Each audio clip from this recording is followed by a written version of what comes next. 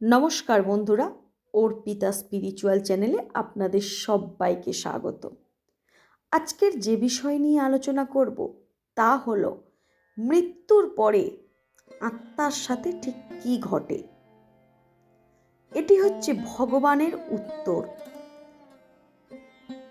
বিনতার গর্ভে কাশ্যপের ঔরসে গরুড়ের জন্ম। সে শ্রীবিষ্ণুর বাহন। প্রভুকে পিঠে নিয়ে সমস্ত লোক ঘুরে বেড়ানো হলো তার কাজ। কিন্তু সব জায়গা ভালোভাবে দেখা হয় না তার। মনে তার প্রবল ইচ্ছা একবার সমস্ত লোক একা একা ভ্রমণ করবে। তাই একদিন শ্রীবিষ্ণুর অনুমতি নিয়ে বেরিয়ে পড়ল বৈকুণ্ঠ থেকে। মনুষ্যলোক, গন্ধর্বলোক, স্বর্গলোক, পাতাল লোক, প্রেতলোক সব জায়গায় তিনি ঘুরে বেড়ালেন, কিন্তু কোথাও গিয়ে শান্তি পেল না। সর্বত্রই দুঃখ বিরাজ করছে। চিত্তে সুখ না পেয়ে বিষণ্ণ বদনে ফিরে এলেন বৈকুণ্ঠ ধামে। প্রভুর সামনে কর জোরে অবনত মস্তিষ্কে দাঁড়ালো।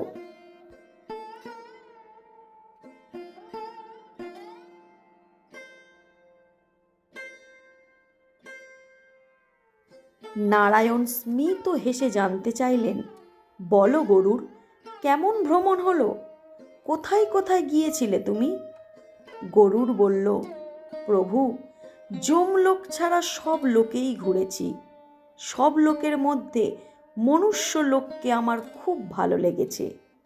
আর ভারতবর্ষের কথা কি বলবো, ওই মহান দেশে দেবতারা পর্যন্ত মনুষ্য শরীর ধারণ করে যেতে আগ্রহী।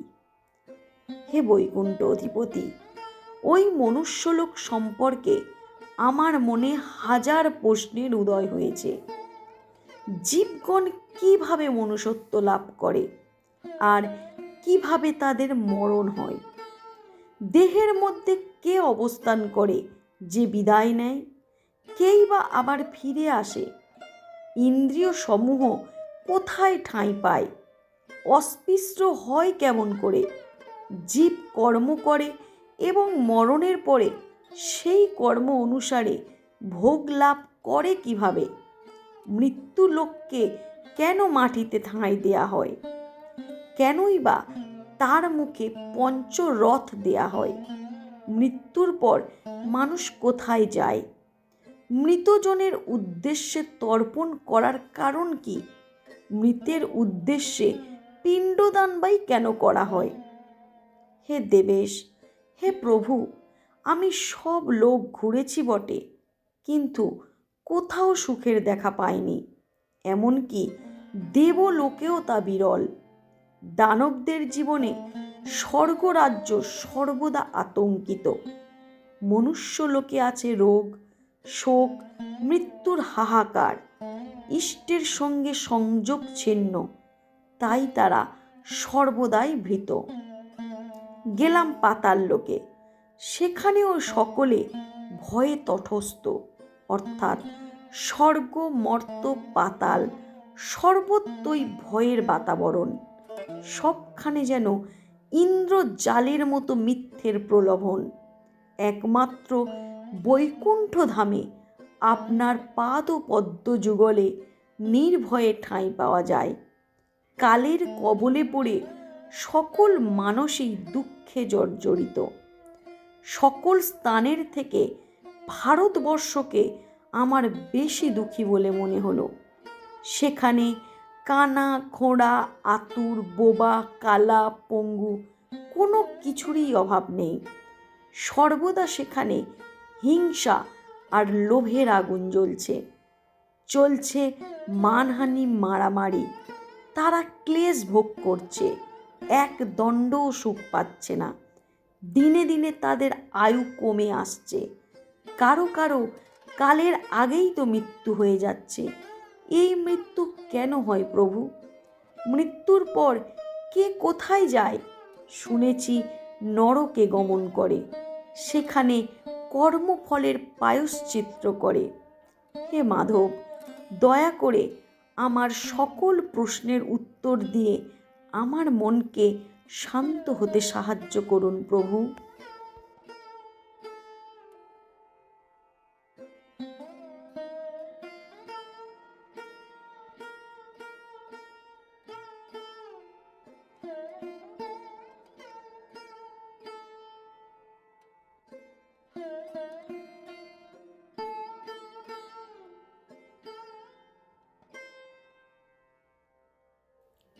শ্রীহরি বললেন, হে গরুড়, তোমার সমস্ত প্রশ্নের জবাব আমি দিচ্ছি, তাহলে শোনো। স্রোজে, উদ্ভিজ্জ, জরাজুজ ও অন্তজ, এই হলো জীবের জন্মের প্রকারভেদ। গর্ভাবস্থায় জীবের সৃষ্টি ও বৃদ্ধি ঘটে। প্রথমে শুক্র ও শনিতের সংযোগে পিণ্ড গঠন হয়। পিণ্ডের মাঝে থাকে জীব, সেটা বর্ধিত হতে থাকে। একদিন ও রাতে হয় কলল আকার। পঞ্চম দিনে বুদ্বুদ আকার লাভ করে। 14 দিনে তাতে মাংস ও ধাতু গজায়। 20 দিন পর সেই মাংস দৃঢ়তা লাভ করে। 25 দিনে পুষ্টি ও বল পায়। 1 মাসে তা পঞ্চত্ব লাভ করে। ত্বক ও মেদ জন্মায় 2য় মাসে। 3য় মাসে অস্থি মজ্জা গঠিত হয়। 4র্থ মাসে কেশ ও অঙ্গুলি জন্মায়। 5ম মাসে তার কান, মুখ ও বক্ষদেশ লাভ করে। 7ম মাসে উদর, উপস্থ, কণ্ঠ, গুহদেশ, অঙ্গ প্রত্যঙ্গ জন্মায়। প্রাণের স্পন্দন তখন সূচিত হয়। 8ম মাসে মাতৃ জঠরে নাড়াচাড়া করতে শুরু করে। 9ম মাসে জীব সম্পূর্ণতা লাভ করে এবং দৃঢ় হয়। রক্ত, মাংস, ত্বক, অস্থি, মজ্জা সহ 10ম মাসে সে ভূমিষ্ঠ হয়। এই হলো পঞ্চভৌতিক জীবন রহস্যের কথা। ক্ষিতি, তেজ, জল, বস্তু ও আকাশ, এই হলো পঞ্চভূত। ক্ষিতির বিকারের সৃষ্টি পঞ্চকদের মধ্যে আছে ত্বক, অস্থি, নাড়ি, রোম ও মাংস। জলের বিকারের সৃষ্টি হয় মজ্জা, রক্ত, মল, মূত্র ও শুক্র। তেজ থেকে এসেছে ক্ষুধা, তৃষ্ণা, নিদ্রা, ভ্রান্তি ও আলস্য। বায়ু দান করে ধারণ, চলন, সংকোচন, প্রসারণ ও ক্ষেপণ। আকাশ থেকে লাভ হয় কাম, ক্রোধ, লোভ, মোহ ও লজ্জাগুণ ভাব। প্রাণ, অপান, ব্যান, সমান ও উদান দিয়ে গঠিত পঞ্চবায়ু, যার দ্বারা পান, ভোজন, পোষণ ও পরিপাকাদি কাজ সুসম্পন্ন হয়। জীবদেহ নিজ নিজ কর্মানুসারে মর্তে আসে। আয়ু, বিত্ত, মৃত্যু ও বিদ্যাকে সঙ্গে নিয়েই জীব গর্ভাবস্থা হতে ভূমিষ্ঠ হয়। কর্মের দ্বারাই জীব সমুৎপন্ন ও কর্মের দ্বারাতেই ক্ষয় লাভ করে। গর্ভস্থ জীবকে বায়ু অধোমুখে আকর্ষণ ও ঊর্ধ্বপাদে নিঃসরণ করে। জানুর পাশে 2টি হাত, জানুর ওপরে 2 অঙ্গুষ্ঠ, জানুর পৃষ্ঠদেশে হাতের আঙুলগুলো আর 2টি চোখ এবং জানু দুটির মধ্যে নাক রেখে গর্ভের জীব বর্ধিত হতে থাকে। মায়ের জঠরে জীব এইভাবে কুণ্ডলী অবস্থায় থাকে। মা যেসব জিনিস খায় তার থেকে নিঃসৃত রস জীবকে বাড়তে সাহায্য করে। তার নাভির সঙ্গে মায়ের একটি নাড়ি যুক্ত অবস্থায় থাকে। মায়ের অন্ত্র মধ্যে যে খাদ্য পাচিত হয় সেই রস ওই নাড়ি দ্বারা সঞ্চারিত হয় সেই ভ্রূণের মধ্যে। মাতৃগর্ভে জীব এইভাবে যন্ত্রণা ভোগ করতে থাকে। এই সময় আগের স্মৃতি তার মনে জাগে। তখন পরিতাপ করে আর ভাবে, আর কখনো কুকর্মে লিপ্ত হব না। গর্ভবাস যন্ত্রণাদায়ক। যে কর্ম করলে মাতৃজঠরে ঠাঁই পেতেই হয় না, সেই কাজেই করব। নবম মাসে গর্ভের জীব নিচের দিকে মাথা করে। প্রজাপত্য বায়ু এই সময় তাকে পীড়ন করে। সে চেতনা হারায়। মায়া তখন তার ওপর প্রভাব বিস্তার করে।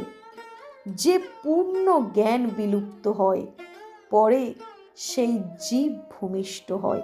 বাল্যকাল কাটিয়ে কৈশোরে পা দেয়। যৌবনকাল অতিবাহিত করে পৌর হয় এবং একদিন কালের নিয়মে মৃত্যু মুখে পতিত হয়।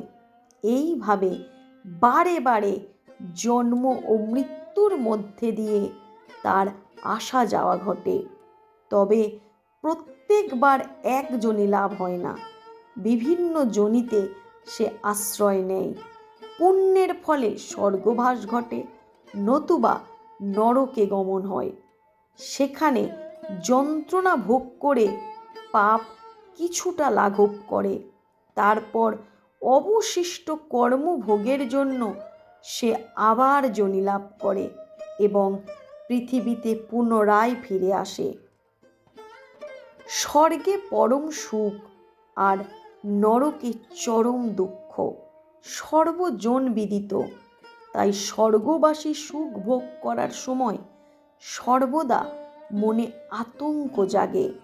হয়তোবা আমার পুণ্য ক্ষয় হলো, আমাকে আবার ওই নরকগামী লোকের মতো দুর্গতি লাভ করতে হবে।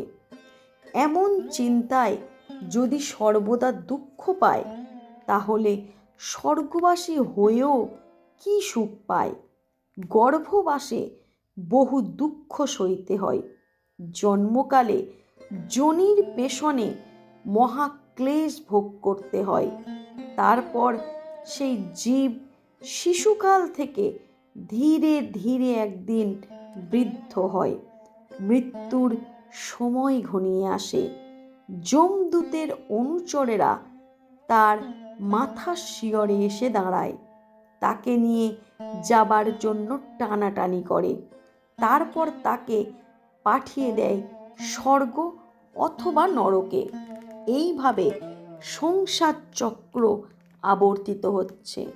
কর্মের বন্ধনে আবদ্ধ জীব বারে বারে আনাগোনা করছে। যমলোকে অসংখ্য নরক কুণ্ড আছে। তাদের মধ্যে 84টি প্রধান। যে যেমন পাপ করে তাকে সেই রকম কুণ্ডে নিক্ষেপ করা হয়। সেখানে যমের অনুচররা সর্বদা তার ওপর পীড়ন চালায়। কারো মাথায় মুগুর দিয়ে বেদম মারা হচ্ছে, করাত দিয়ে কারো দেহ কাটা হচ্ছে, হিংস্র কুকুর বা বাঘকে দিয়ে কাউকে খাওয়ানো হচ্ছে, কারো জিভ ছিঁড়ে নেওয়া হচ্ছে। সকলেই নরক যন্ত্রণা ভোগ করছে। চিৎকার চেঁচামেচি ত্রাহি ত্রাহি রব চারিদিকে। কিন্তু এই যন্ত্রণা থেকে রেহাই পায় না তারা। মৃত্যুর দেহ ছেড়ে সে যখন এখানে আসে, তখন নতুন একটি দেহ লাভ করে, যার মৃত্যু নেই। কোটি কোটি বছর ধরে আগুনে পোড়ালেও যে বিকৃত দেহ দাপাদাপি করবে। পাপীরা একদিন নরক যন্ত্রণা ভোগের পর মনে করে 100 বছর কেটে গেছে। এরপর অবশিষ্ট কর্মভোগের জন্য তাকে আবার পাঠানো হয় পৃথিবীতে। নানা যোনি ঘুরে আবার জন্ম লাভ করে। কেউ মনুষ্য যোনি লাভ করে, কেউ কীট বা কেউ কৃমি হয়, কেউ বা জীবজন্তুর যোনিতে জন্ম লাভ করে। কর্মানুসারে তারা হয় বোবা, কালা, খোঁড়া, পঙ্গু, অন্ধ, তোতলা, আবার কুষ্ঠরোগী। তারপর শূদ্র, বৈশ্য, ক্ষত্রিয় ও পরে ব্রাহ্মণ যোনিতে আসে। এইভাবে ধীরে ধীরে নিকৃষ্ট যোনি থেকে উচ্চ যোনি লাভ করে। এক সময় তারা আবার দেবত্ব অর্জন করে। হে গরুড়, পিতার মৃতদেহ পুত্ররা কাঁধে করে বহন করে নিয়ে গেলেও তারা মুখাগ্নি করতে পারে না। পৌত্র তার মুখে আগুন দেয়। তিলাধর্ব সহ সব মাটিতে রাখলে সেই বাড়ি ঋতুবতী হয়। মুখের মধ্যে পঞ্চরত্ন রাখলে জীবের প্ররহ হয়। ঋতুপুষ্প নাশে গর্ভ ধারণ না হলে বংশ নির্বংশ হয় জানবে। বংশ নামে পৃথিবীতে আবার টান অনুভব করে, ফলে পুনরায় জন্ম নিয়ে আবার তাকে এই পৃথিবীতে ফিরে আসতে হয়। মাটিতে গোবর লেপন করে কুশ, তিল আর তুলসী ছড়িয়ে সেখানে রোগীকে শোয়াতে হয় এবং সেখানেই যদি মৃত্যু হয় তাহলে জানবে সমস্ত পাপ নাশ হয়ে সে স্বর্গ প্রাপ্তি হয়েছে। আর তিল, কুশ আর তুলসী শ্মশানে ফেলে দিতে হয়। তিলকে দৈত্য দানবেরা ভয় পায়, কারণ আমার শ্বেত বিন্দু থেকে তিল সৃষ্টি হয়েছে। সাদা ও কালো দুই রকমই তিল আছে, যা দেহকৃত পাপ রাশিকে নাশ করে। কুশের জন্ম হয়েছে আমার লোম থেকে, তাই শ্রাদ্ধে তিল ও কুশ প্রদান করা হয়। এর ফলে দেবতা ও পিতৃগণ পরিতুষ্ট থাকেন। কুশের মধ্যে জনার্দনের অবস্থান, মূলে আছে ব্রহ্মা এবং অগ্রে পশুপতি শিব বিরাজ করছেন। কুশ, তুলসী, বিপ্র অর্থাৎ বেলপাতা, অগ্নি, মন্ত্র এগুলো কখনো বাসি হয় না, বারবার ব্যবহার করা যায়। একাদশী, গো, বিষ্ণু, তুলসী ও ব্রাহ্মণ এই হলো পঞ্চ মানবগণের পোত স্বরূপ। একাদশী, গীতা, বিপ্র, ধেনু, বিষ্ণু ও তুলসী সংসার দুর্গে মুক্তিদাতা। দীক্ষাহীন হয়ে কুশয্যায় শয়ন করে মৃত্যু হলেও সে পাপী হয় না, বরং বিষ্ণু লোক প্রাপ্তি হয়। মৃত্যু শয্যায় শুয়ে মানব যন্ত্রণা ভোগ করে পরকালে যাবার দ্বার উন্মুক্ত পায় না সে। সেই সময়ে মাটিতে তাকে শুইয়ে দিতে হয়। এর ফলে তার মৃত্যু যন্ত্রণা ধীরে ধীরে লাঘব হয়। মৃত্যুকাল উপস্থিত হলে যমরাজ তার অনুচরদের পাঠিয়ে দেন সেই মৃত ব্যক্তির প্রাণ নিয়ে যেতে। মৃত্যু পথযাত্রী তাদের দেখে হাউ হাউ করে কাঁদতে শুরু করে, হাহাকার করে, ভয়ে ত্রাসে চোখ বিস্ফোরিত হয়। সেই সময় যমদূতরা তাকে নিয়ে যায় যমালয়ে। যারা ধর্মে শ্রদ্ধাবান, ঈশ্বর বিশ্বাসী, তাদের সুখে মৃত্যু হয়। পূর্বকৃত কর্মের কারণ ভোগের বৈচিত্র্যময় ঘটে। কর্মের তারতম্যের জন্যই নানান যোনিতে জন্ম লাভ হয়। মহাপাপীরা মৃত্যুর পর নরক ভোগ করে পৃথিবীতে আবার জন্ম নেয়। যে যেমন পাপ করে সে ঠিক তেমন যোনিতে জন্ম লাভ করে। পুণ্যাত্মারা বিমান যোগে অর্থাৎ অর্থাৎ স্বর্গীয় রথে স্বর্গে গমন করেন এবং সেখানে মহাসুখে বাস করেন। স্বর্গধাম করে পুণ্য ক্ষয় হয়, তারপর আবার ফিরে আসে পৃথিবীতে। রাজা অথবা সাধু কুলে তাদের জন্ম হয় এবং তারা সুখ ভোগ করে। জন্মালেই মৃত্যু অনিবার্য, এটাই কালের নিয়ম। পাপী অধোগতি লাভ করে আর পুণ্যবানেরা ঊর্ধ্বগতি হয়। জীব তাই ইন্দ্রিয় সমূহের সাথে এক দেহ থেকে অন্য দেহে যাতায়াত করে, কিন্তু এই দেহ বায়ু, পিত্ত, শ্লেষ্মা, পরিধি, শরীরে সৃষ্ট সকল ব্যাধিসপ্ত ধাতু, মেদ, মাংস ও অস্থি